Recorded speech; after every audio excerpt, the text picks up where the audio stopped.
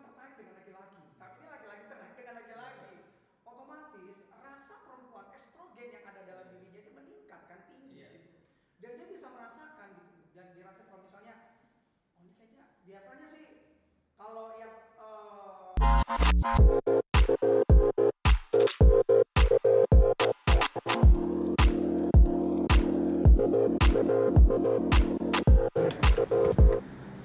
kan kita pelayanan, ya kan?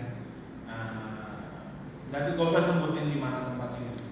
Abang pernah ketemu gak sih? Dia udah pelayanan, dia udah mungkin udah berkhotbah, mungkin udah UL atau musik, itu mungkin ada pendeta. Tapi ternyata dia masih ada duit ya. Dia pernah temuin gak sih bang? Ada beberapa, saya tahu sama mereka gitu.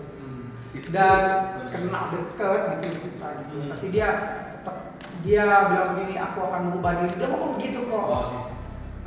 Saya akan berubah gini segala macam. Tapi dalam perjalanannya dia tetap tidak berubah gitu. Maksudnya gini, saya sempat tertangkap beberapa kali gitu ya. Dia berhubungan dengan sesamanya gitu, sesamanya gitu. Sampai akhirnya nggak ada perubahan. Saya bisa lagi sampaikan, kalau kamu mau berubah, nanti biar Tuhan yang berubah kamu. Jauh lebih sakit. Kalau misalnya kamu yang berubah sendiri atau Tuhan yang berubah, nanti rasanya akan jauh lebih sakit. Kenapa? Karena kamu nggak akan tahu kapan waktunya kamu akan berubah. Tapi kalau kamu berubah diri kamu sendiri, kamu tahu, dan kamu bisa hitung kekuatan kamu, gitu. Kamu bisa perkirakan kekuatan kamu, bagaimana kamu akan melawannya. Padahal dia udah pelayan. Kita nggak ngomong pelayanan di mana ya, kita nggak akan ini sudah lupa. Tapi istilahnya gitu, dia udah pelayanan. Iya, of course. Kok bisa gitu? Bisa lah, karena dia kan gini. Sebelumnya dia kan tidak seperti itu. Sebelumnya ya. Masih kayak misalnya kita udah pelayanan, tapi kita masih kayak mungkin misalnya kita masih melakukan dosa lah, gitu. Kita belum sempurna. Iya, betul. Datang itu kita baru disempurnakan gitu kan. Mungkin bisa kayak pelayanan misalnya kita mungkin marah tuh dosa wajar lah intinya, bukan wajar tapi lebih tepatnya kita masih bisa jatuh di situ, kayak misalkan kita kayak berbohong masih bisa jatuh di situ. Mungkin juga kayak membuat orang kecewa dan sebagainya gitu. Tapi kan kalau ini tuh udah masalah jiwa dan dia udah masuk dalam pelayanan. Kalau kita tahu bahkan kalau di dunia pelayanan kan otomatis kayak udah pernah ikut komunitas, udah ikut doa, pemulihan demi pemulihan, iya. Bahkan dia bicara pemulihan mungkin iya. Tapi kok bisa Bang kayak gitu? Nanti masih bisa jatuh di situ. Apakah segini hebatnya dosa ini bro? Karena ini kan bicara tentang relationship, hubungan gitu ya. Hubungan dia dengan Tuhan gitu ya. Karena begini, yang Tuhan bela seperti yang udah kita dengar gitu ya. Sekalipun dia melakukan itu gitu kan.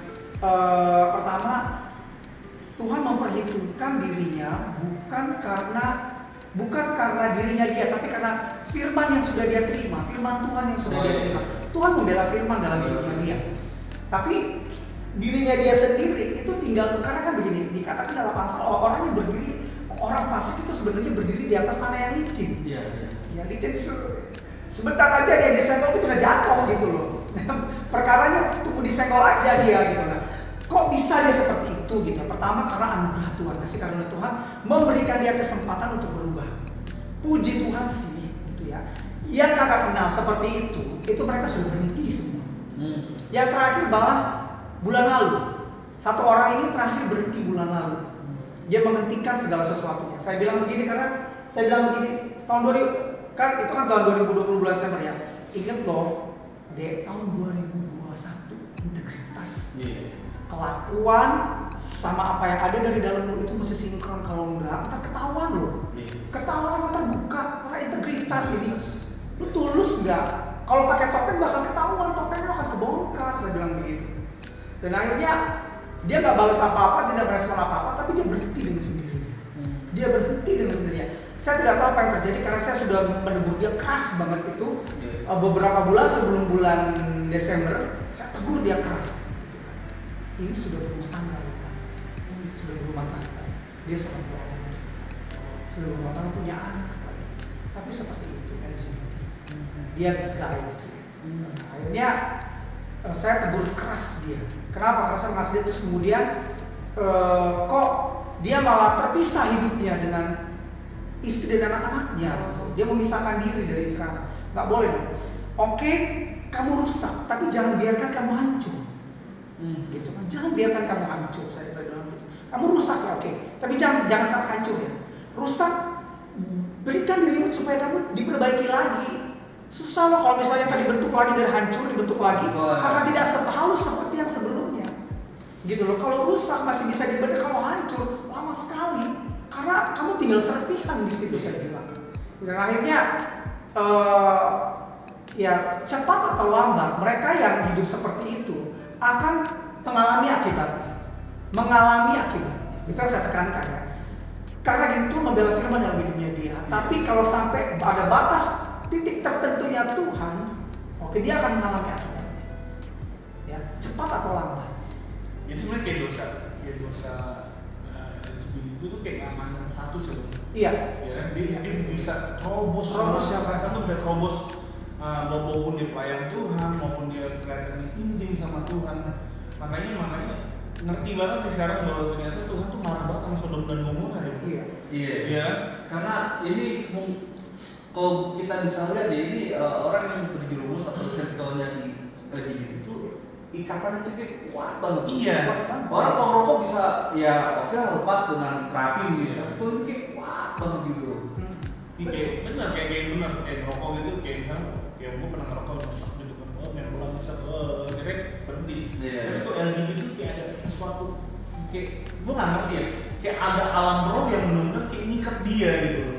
Sehingga kayak ngomong gitu udah pelayanan, udah apa namanya mungkin dapat korban, mungkin bagi pendeta, mengembalakan sekalipun itu jatuhnya itu bisa banget. Iya, karena sebenarnya passion dalam artian gairahnya dia itu. Sebenarnya itu kan harus diakomodir dalam pernikahan.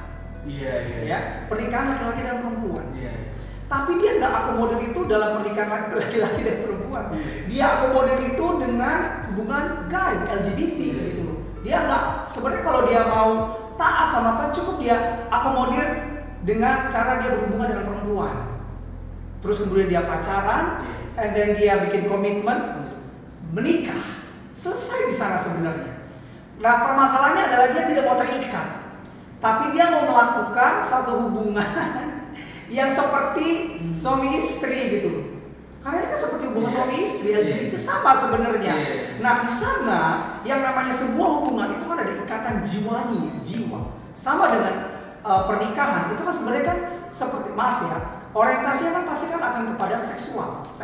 Ya. Orientasi ini ya, seksual pasti akan ke sana. Nah, kalau misalnya ini saya sudah beristri gitu ya. Kalau saya sudah menikah dengan istri saya dan sudah melakukan hubungan seksual gitu loh yang dikuduskan oleh Tuhan gitu ya. Ikatan yang tadinya cuma sekedar kata-kata perjanjian nikah itu jauh lebih mengikat. Itu kan yang fisik ya dengan perkataan. Tapi kalau ketika saya sudah berhubungan dengan istri saya sudah menyatu dengan istri saya gitu loh. Bahkan sudah memiliki anak sekarang, ikatan itu jauh lebih mengikat. Nah, sama juga dengan LGBT gitu kan. Akan terjadi hubungan di sana gitu loh. Hubungan intim akan terjadi di sana. Dan ketika hubungan intim itu mengikat mereka, itu susah dilepas. Ada ikatan jiwani di sana. Karena udah terlanjur saling menyayangi, tapi sayang yang salah gitu.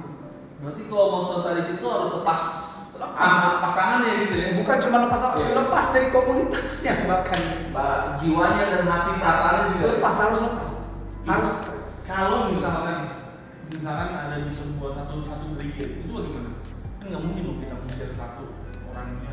Nah, kalau misalnya sebenarnya, gereja pun juga harus mengakomodir pelayanan seperti ini penting sekali. Kenapa? Karena mereka nih orang-orang yang LGBT ini adalah orang-orang yang saya berani ngomong adalah anak-anak yang milenial sih, gitu ya. Maaf ya, LGBT di atas 50 tahun udah gak laku. Gitu di atas 40 tahun udah gak laku. Ya 40 tahun, pokoknya udah 45 tahun udah gak laku, udah keriput, gak mungkin lah gitu kan. Iya. Tapi tetap aja gak laku ya, karena kan akan diporotin kan gitu. Tapi yang yang punya perasaan menggebu-gebu gitu ya, gairah hasrat yang menggebu-gebu untuk menjadi LGBT itu usia milenial. Dan justru di usia itulah yang produktif sebenarnya, produktif dalam hal inovasi, dalam hal dinamika, dalam hal menjadi berkat bagi gereja, dalam hal berkarya untuk anak-anak Tuhan, kemuliaan nama Tuhan justru di usia itu. Dan itu yang harus dijaga oleh gereja karena kenapa? Mereka penerus gereja. Gitu ya. Gini, kalau toh mereka aktif, kalau toh mereka sering ke gereja dan mereka kita lihat kusuk beribadah, mereka nggak akan pernah tertanam. Mereka hanya sekedar aktif. Hanya aktif. Mereka nggak berani berkomitmen itu tadi. Berkomitmen untuk setia dan mengikat diri dengan gereja dengan cara melayani. Nggak akan pernah mau. Karena pasti aku akan dituntut hidup kudus. Betul. Aku akan dituntut begini, strike hidup dengan firman Tuhan. Iya kan? Otomatis akan seperti itu. Dan itu yang mereka hindari. Lebih baik gua cukup dekat sama Tuhan aja, gua ke gereja. Udah gua diperhatiin sama apa gereja juga terserah dah gitu kan. Padahal sebenarnya justru mereka ini orang-orang yang perlu perhatian lebih banget sebenarnya. Oleh gereja. Dan sebenarnya kalau misalnya contohnya aku nih gitu kan. Aku udah tahu bener yang mana LGBT yang mana bukan. Dari ngomong gitu kan, saya udah tahu nih orientasi orang ini sebenarnya perlu perhatian. Dia lesbian atau dia seorang, saya tahu. Gitu. Sehingga bukan saya udah ahli banget gitu, tapi saya punya, dan saya walaupun saya nggak pernah ngomong, tapi saya melayani orang-orang seperti ini gitu ya. Walaupun saya tetap ikutin koridor gereja ini. Kalau yang gay, laki-laki itu harus dilayani oleh perempuan. Kalau yang lesbian harus dilayani oleh laki-laki. Saya punya tim sendiri, nggak tim sih sebenarnya, nggak tim yang resmi. Kalau misalnya saya ketemu gay, saya akan telepon teman saya, tolong dong ini dong di follow up gitu ya. Sambil saya tetap deketin dia gitu, maupun dengan apakah biasanya sih lewat WhatsApp aja, telepon, atau saya video call atau apa gitu loh. Nggak sampai sering berintens ketemu karena akan terjadi sesuatu yang nggak bagus. Gitu loh, karena dia kan orientasinya kan kepada sesama jenisnya gitu. Jadi seperti itu. Jadi perlu banget orang-orang yang mengerti dan concern dengan orang-orang yang ada dalam lingkaran hidup seperti itu. Jadi misalkan kayak ada jemaat atau pengerja sebenarnya itu bahasa malu ya ketika dia merasa dia gay dan dia pengen pergi itu minimal tuh ngadu sama ketua komuninya. Ya kan ketua komuninya nanti bisa arahkan, bisa nonton gembala, ada pastoral, dia bisa dididik dengan baik gitu. Iya, sebenarnya saya seperti bilang, memang perlu juga ditanamkan kepada semua hamba Tuhan. Siapa saja berharga di mata Tuhan, gitu ya. Dan perlu juga dikasih tahu ke mereka, ada masalah apapun sampai ke masalah, kasih tahu kalau perlu, ke masalah orientasi seksual, karena itu kan yang tabu ya. Sebenarnya itu tidak tabu dan nggak boleh jadi tabu. Harusnya gitu. Seorang misalnya apalagi di youth ya, itu pacaran itu adalah masa-masa di mana seseorang sedang mencari jati dirinya, labil banget. Betul. Terus ya, harus berani ngomong di depan mimbar. Lo punya sampai masalah orientasi seksual, lo boleh tanya ke kita gitu kan. Mungkin nggak terbuka tapi boleh secara pribadi, japri ya, boleh buka pembicaraan seperti itu sehingga mereka tidak ragu untuk mendatangi kita gitu. Ya karena kalau di Indonesia ini tuh masih kayak gini jadi itu LGBT itu tuh kayak gay, lesbi dan sebagainya masih dianggap tabu. Iya, masih di stigma sebuah hal yang sangat sakit. Orang sakit banget, orang aneh, klasik beda. Jadi kayak orang nomor 2. Jadi dengan kata lain tuh orang-orang juga mau ngadu juga takut dihakimi. Iya, makanya ketika ada youth atau apa, ketika ditanya gimana apa yang lo lakukan ketika ada orang dia datang ke youth, itu kemungkinan nggak bisa jawab gitu. Iya. Karena stigma itu udah udah ini orang nomor 2, orang yang asing gitu. Makanya sebenarnya kayak kita nih yang apalagi yang pelayanan dan anak muda di PPA gitu kan, harusnya tuh lebih kayak terbuka sama mereka. Lebih tujuannya bukan untuk ikut mereka tapi untuk pulihin mereka. Dengan katanya dengan statement itu ada yang pernah ada jargonnya itu yang pernah gue suka banget adalah LGBT itu benci dosanya, jangan benci orang. Iya, kasih orang. Betul banget. Betul banget. Nah, permasalahannya adalah kita tidak bisa mendeteksi di mana mereka. Kalau kita nggak buka Kalau kita nggak buka diri, nggak open communication, nggak buka komunikasi dengan mereka, seperti kayak saya bilang tadi, silakan mau japri apa saja, termasuk dengan orientasi seksual yang sedang sedang heboh saat tentang LGBT. Kalian boleh nanya apa saja secara japri ya. Silakan terbuka, jangan takut, jangan malu. Kalau ada masalah apapun tentang orientasi seksual, silakan. Harus diomongin seperti itu. Kenapa? Harus ditantang seperti itu. Kenapa? Kalau enggak, mereka akan diam 1000 bahasa. Artinya apa? Tidak pernah ada pintu gerbang mereka nih. Maka kan salah satu bagian dari firman tentang integritas adalah Mazmur 24. Bukan pintu gerbang yang berabad-abad. Ini nggak pernah dibuka pintu gerbangnya tentang LGBT. Malah sebenarnya justru inilah Tuhan sedang menjamah orang-orang yang punya orientasi LGBT. Seperti saya bilang tadi, ini adalah usia milenial yang mengidap penyakit ini usia milenial dan mereka tidak tahu bagaimana cara menyembuhkan penyakit ini. Makanya pintu gerbang yang berabad-abad ini harus dibuka. Maka terangkatlah engkau pintu gerbang berabad-abad. Kamu berani nggak? Bukan masalah kamu kuat nggak ngangkatnya. Kamu berani nggak angkat pintu? Karena kita nggak punya kekuatan. Kekuatan is belong to God. Tuhan yang akan buka, tapi kita berani nggak? Ya Tuhan, aku berani. Permasalahannya banyak yang nggak berani, takut di kepala. Oh nggak usah takut. Jadi sebenarnya tuh ngancur seru banget nih. Jadi sebenarnya tuh penting nggak sih kita kayak bikin kayak pengajaran tertentu, penanganan. Kalau pengajaran tertentu tidak perlu. Kenapa? Karena mereka tidak akan pernah mau terbuka sama kita. No. Bukan. Maksudnya kayak kita punya pengertian. Iya. Ya kan? Orang-orang yang maksudnya dilengkapi. Bagaimana? Karena tanpa sadar tuh kita head to head loh mereka. Of course. Sama kita sadari gitu. Kalau kita sadari kita tuh berpapasan muka. Dan yakin banget di jemaat, di setiap gereja pun, di setiap komunitas kemungkinan besar tuh ada. Pasti ada. Iya. Pasti ada. Iya, 1-2 orang tuh pasti ada gitu. Maksudnya kayak hal itu tuh harus dibuka. Iya, betul. Benar. Bikin kelas-kelas bagaimana penanganan mereka gitu. Itu penting banget. Sangat penting karena justru apalagi di ini ya. Itu mereka harus strike dengan orientasi seksual mereka. Kalau enggak, nanti ketika mereka bekerja, oke, di sekolah mereka terlindungi dengan sistem pendidikan, terus kemudian dengan ketatnya etika, disiplin segala macam, oke. Tapi nanti ketika mereka keluar, jangan deh keluar pekerjaan, mereka masuk ke dunia universitas, sekolah tinggi gitu kan, yang jauh lebih bebas, lebih moderat, bukan moderat ya, liberal pemikirannya. Itu harus kita bentengi dari sekarang. Dan itu yang menjadi tanggung jawab gereja sebenarnya di situ. Tanggung jawab institusi, lembaga kerohanian dari semua agama sebenarnya ya.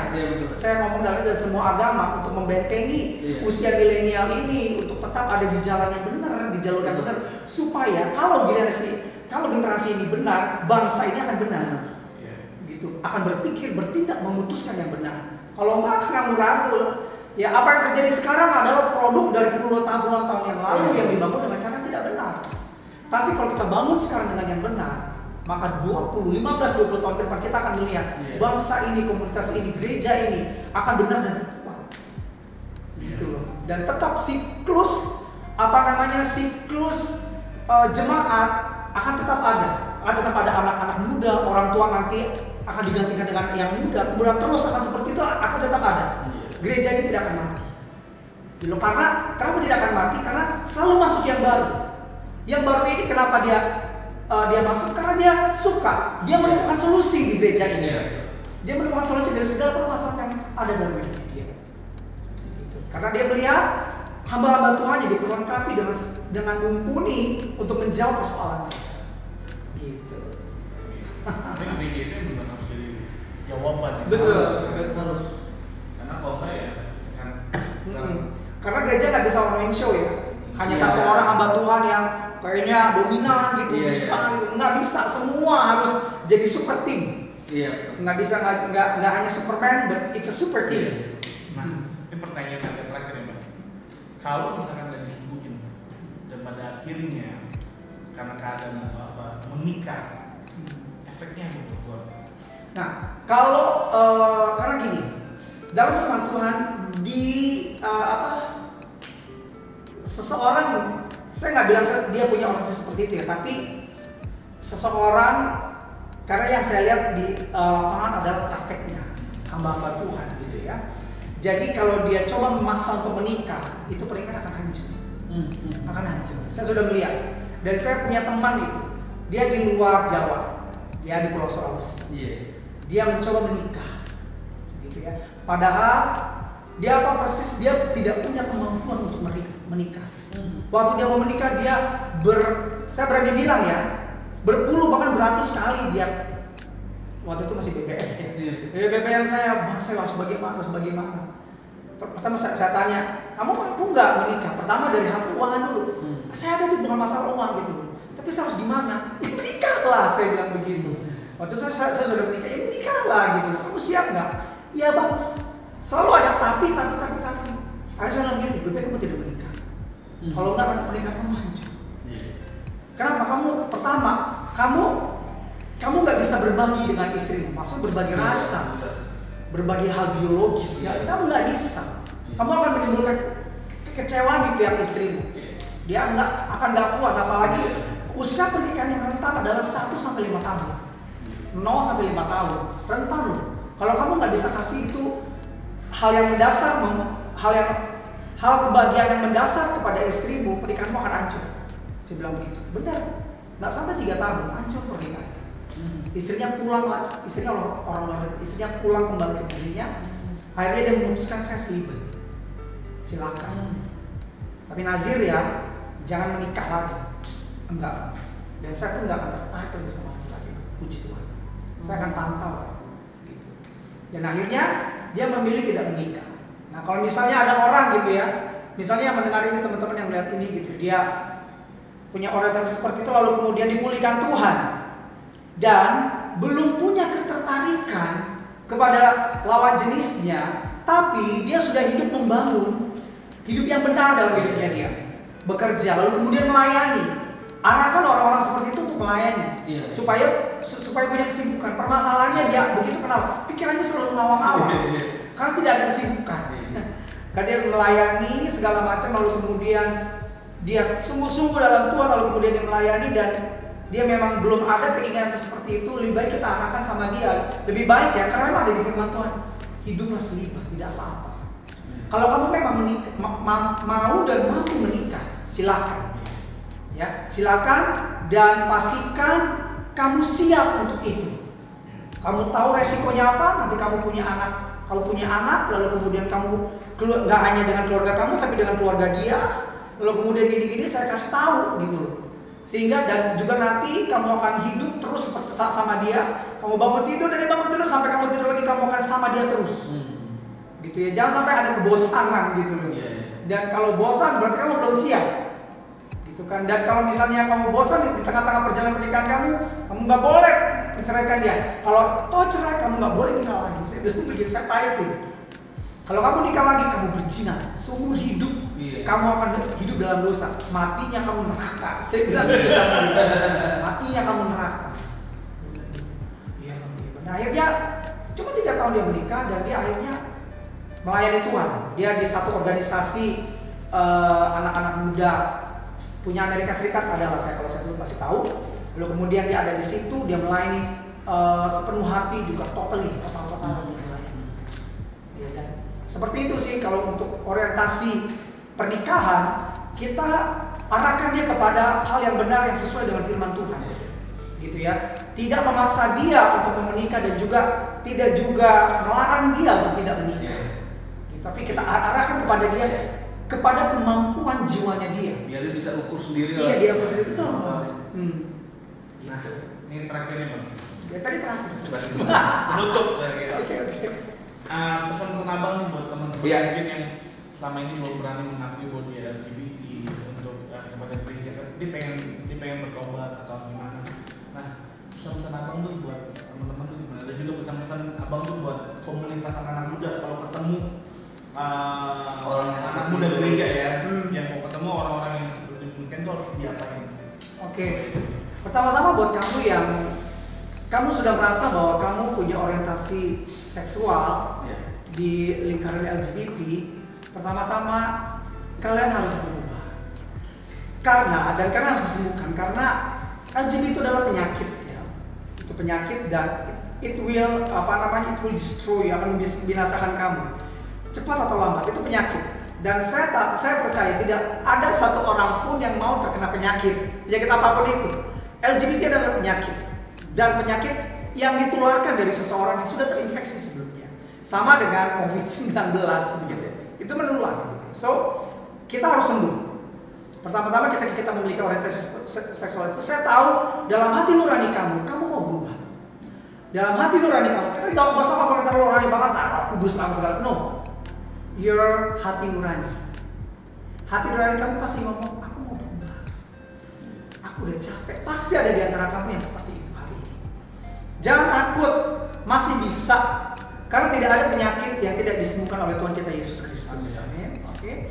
So, gimana caranya? Kamu bingung, bagaimana caranya datang ke Tuhan? Saya udah nggak ngerti gimana caranya. Oke, kamu bisa hubungi orang-orang rohani, orang-orang yang terbuka dalam hal ini, baik juga orang-orang yang rohani yang sudah melihat tayangan ini ya. Please kalian bertobat, terima mereka. Ya, jangan jauhi. Mereka adalah juga kesayangan Tuhan. Mereka seperti itu hanya karena mereka sakit. Ya, bukan mereka seperti itu. Mereka tertular. Awalnya mereka tidak seperti itu, dan memang Tuhan tidak menciptakan mereka seperti itu. Ya, terima mereka. Ketika ada yang seperti itu, datanglah kepada orang-orang yang tepat. Pada orang-orang yang, saya berani bilang, bukan kepada psikiater, kepada Tuhan pertama, lalu kemudian kepada orang-orang yang rohani. Kenapa? Karena kalian akan menangani penanganan yang tepat. Karena mereka mengenal Tuhan Yesus, Sang Penyembuh, Yehovah Rafa. Karena saya bilang ini adalah penyakit. So, kamu mesti datang kepada orang-orang yang sudah mengenal dan hidup di dalam Tuhan. Datangi, hampiri mereka. Ya, jangan takut akan terbongkar. Bikin perjanjian terlebih dahulu kepada mereka agar tidak membocorkan masalah ini. Karena jiwa kamu perlu untuk disembuhkan. Ya, dan juga kepada komunitas-komunitas, baik anak muda maupun gereja Tuhan dimanapun kita berada. Ketika kita menemukan orang seperti ini, please terima mereka, benci dosanya, kasihi orangnya. Ya, benci dosanya bukan dengan perkataan, bukan dengan, bahkan juga dengan perlakuan, bukan, tapi dengan perbuatan kita. Kita terima mereka, kita rangkul mereka, kita taruh mereka di komunitas yang tepat, sambil kita perlahan-lahan mengajar mereka dan memberitahu mereka, menginformasikan ke mereka untuk menghindari komunitas seperti itu. Karena orang yang sedang mengidap LGBT itu harus terpisah dari komunitas, harus terpisah dan dipisahkan. Ya, dipisahkan artinya apa? Harus ada satu tindakan untuk merebut orang-orang seperti ini dari lingkaran setan yang sedang mengikat mereka, harus ditarik. Nggak bisa kita membiarkan, oh gitu ya ampun kamu kasihan banget. Nggak begitu, tarik dia, ambil dia. Supaya apa? Supaya dia mengalami kesembuhan yang benar. Ya, mungkin kalau hanya sekedar ke ahli jiwa, hanya jiwanya yang disembuhkan, rohnya belum tentu. Karena itu dari roh, gitu ya. So, kepada komunitas-komunitas anak-anak muda atau anak-anak Tuhan, pastikan ketika kita menemukan mereka, dan biasanya kalau memang kita penuh dengan Roh Kudus, kita memiliki sinyal mereka seperti itu. Dan ketika kita tahu mereka seperti itu, please lakukan pendekatan secara personal. Bukan langsung dihebohin gitu ya, diviralin, enggak. Lakukan pendekatan secara personal. Itu harus personal head to head. Tidak bisa rame-rame, nggak bisa. Karena dia mengalami itu juga. Dia mengalami itu karena terjadi pukulan yang dialami secara pribadi dalam hidupnya dia. Terjadi pukulan yang hebat dalam batinnya dia, sehingga jiwanya terluka. Dan itu dia simpan sendiri. Dan sifatnya personal, tidak bisa diviralkan. Kalau diviralkan, justru akan membuat dia semakin terluka dan akan membuat dia menjadi bahkan seorang predator, akan memakan orang lain. Kira-kira seperti itu. Oke teman-teman, thank you banget nih. Nah bagi teman-teman juga yang mau mengalami permasalahan demikian, mau konseling juga bisa hubungi tim konseling kita di Kamboja. Kalaupun umur teman-teman udah SMA, SMP, SMA atau kuliah, itu bisa ada namanya youth, namanya Home for Generation, dan juga dewasa muda di Kamboja gitu loh. Dan jangan takut, identitas teman-teman tuh pasti nggak bakal dikit. Karena bagaimanapun juga gereja ini harus berjuang menjadi jawaban. Iya, betul. Tentang Kristus. Yes, betul banget. Maksudnya dikasih tahu bahwa Yesus itu jawaban bagi banyak orang. Oke, demikian. Thank you banget Carona. Sama-sama, thank you so Di much. tempat ini. Yes. Oh itu aja. Terima kasih. Sampai ketemu lagi di Milenial Baper. Milenial yang bukan hanya bawa perasaan, tetapi juga bawa perubahan. Yes. Tuhan Yesus memberkati. God bless you.